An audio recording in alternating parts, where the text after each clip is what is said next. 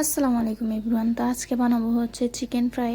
ঘরে থাকা সামান্য কিছু মশলা দিয়ে আজকে চিকেন ফ্রাইটা বানাবো, একেবারে ক্রিস্পি হবে। তো সবার প্রথমে আমি চিকেন নিয়ে নিয়েছি, তারপরে এখানে চিকেনটাকে একটু গায়ে হালকা হালকা করে কেটে নিতেছি যাতে মশলাগুলো ভালোভাবে চিকেনের গায়ে ঢুকে।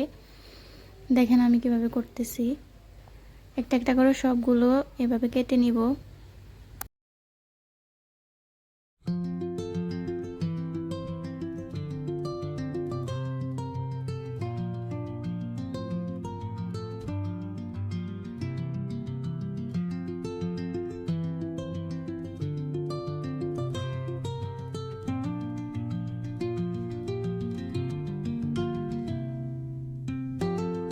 তো দেখেন আমার চিকেন ফ্রাইগুলো সবগুলো কাটিং করা শেষ। তারপর আমরা মশলাটা রেডি করে নিব। তো এখানে সবার প্রথমে আমি নিয়ে নিয়েছি যে গুঁড়া দুধ আছে, ওই দুধটা 1 চামচ পানি দিয়ে ভালোভাবে ঘন করে গুলে নিতেছি। আপনারা চাইলে টক দই দিতে পারেন, আমার বাসায় এই মুহূর্তে টক দই নাই, তাই জন্য গুঁড়ো দুধ দিয়ে করলাম। তারপরে একটু রসুন বাটা, তারপরে একটু আদা বাটা, একটু পেঁয়াজ বাটা দিয়ে দিছি। তারপরে দিয়ে দিচ্ছি হচ্ছে হলুদ, সামান্য একটু হলুদ গুঁড়ো, তারপরে সামান্য একটু মরিচ গুঁড়ো এটাতে।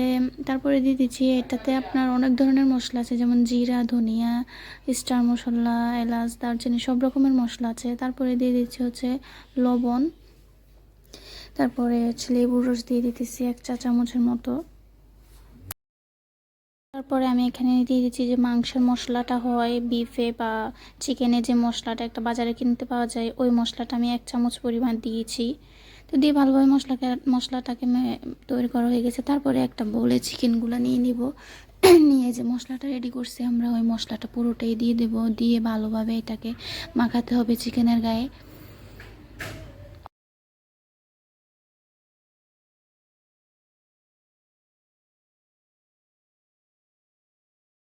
তো আমার চিকেনগুলো পুরোপুরিভাবে মাখানো শেষ। আমি প্রায় এটাকে 2 থেকে 3 ঘন্টা পর্যন্ত আমি ম্যারিনেট করে রাখছি। তো রাখার পরে দেখেন আমার চিকেনটা ভালোভাবে ম্যারিনেট করা হয়ে গেছে। তো তারপরে এখানে আমি একটা প্লেটে ময়দা নিয়ে নিয়েছি। ময়দাতে আমি দিয়ে দিয়েছি মরিচ গুঁড়ো, তারপর হচ্ছে লবণ। আমি এখানে একটু জিরের গুঁড়ো দিয়েছি, ওই ক্লিপটা অ্যাকচুয়ালি ডিলিট হয়ে গেছে, তাই জন্য দেখাতে পারলাম না। তো এখানে আমি চিকেনটা দিয়ে ভালোভাবে ময়দা দিয়ে কোট করে নিতেছি। তো তারপরে আমি এটাকে আবার পানিতে দিলাম, পানিতে দিয়ে আবার ময়দাতে দিব। অনেকে আছে এটাকে ডিম দিয়ে করে, ডিম দিয়ে করলে এটা এত বেশি ক্রিস্পি হয় না। তো এটাকে পানিতে দিয়ে আপনি কোল্ড করলে অনেক বেশি ক্রিস্পি হয়। তো আমি এটাকে তাই জন্য পানিতে দিয়ে করলাম। দেখেন আমি প্রায় 2-3 বার পানিতে দিয়ে করছি। এটা করার পরে আমার লেয়ারটা অনেক মোটা হবে। মোটা হলে ক্রিস্পিনেসটাও, আপনার যত বেশি মোটা করতে চান তত বেশি আপনার পানিতে চুবাতে হবে, তারপরে আবার ময়দাতে কোট করতে হবে। তো আমি এমন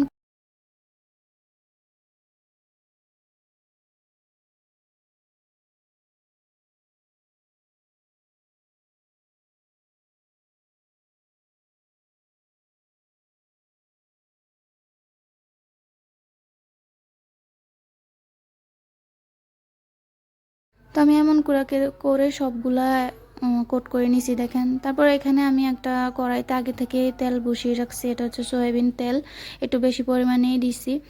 তারপরে এটাতে আমি চিকেনগুলো দিয়ে দিতেছি। আমার এটার আঁচটা খুব লো হিটে, এখন এটাকে প্রথম 2-1 মিনিট একটু হাই হিটে করতে হবে, তারপরে একেবারে লো হিটে করতে হবে, যাতে এটা আস্তে আস্তে যাতে চিকেনটা পুরোভাবে সিদ্ধ হয়ে যায়। আস্তে আস্তে আস্তে আস্তে এটাকে ভাজতে হবে, ভেজে এটাকে একেবারে ক্রিস্পি করে নিতে হবে। তো দেখেন আমি সবগুলোকে চিকেন দিয়ে দিছি, দেওয়ার পরে একটু নাড়াচাড়া করে দিতেছি। এটা এখনও একটু বেশি হাই হিটও না, বেশি লো হিটও না, মিডিয়ামেতে দেওয়া গ্যাসটা, দেখতেই পাচ্ছেন।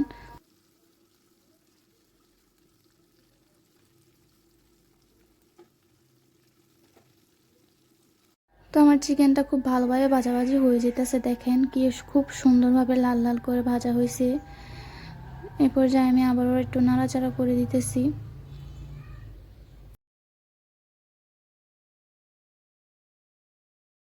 তো আমার চিকেনটা একেবারে হয়ে গেছে, এখন আমি তুলে নিব। তো দেখেন তুলে নিয়েছি, আমি আপনাদেরকে একটা ভেঙে দেখাইতেছি কেমন হয়েছে। উপরটা একেবারে অনেক ভারী একটা লেয়ারের ক্রিস্পিনেস হয়েছে আর ভিতরটা একেবারে জুসি। দেখেন, আমি একটা লেগ পিস খেয়ে দেখতেছি টমেটো সস দিয়ে, তারপর এখানে পেঁয়াজ রিং নিয়েছি, পেঁয়াজ দিয়ে টমেটো সস দিয়ে এত মজা খাইতে, মাশাল্লাহ। আপনার বাসায় অবশ্যই ট্রাই করবেন। আল্লাহ হাফেজ।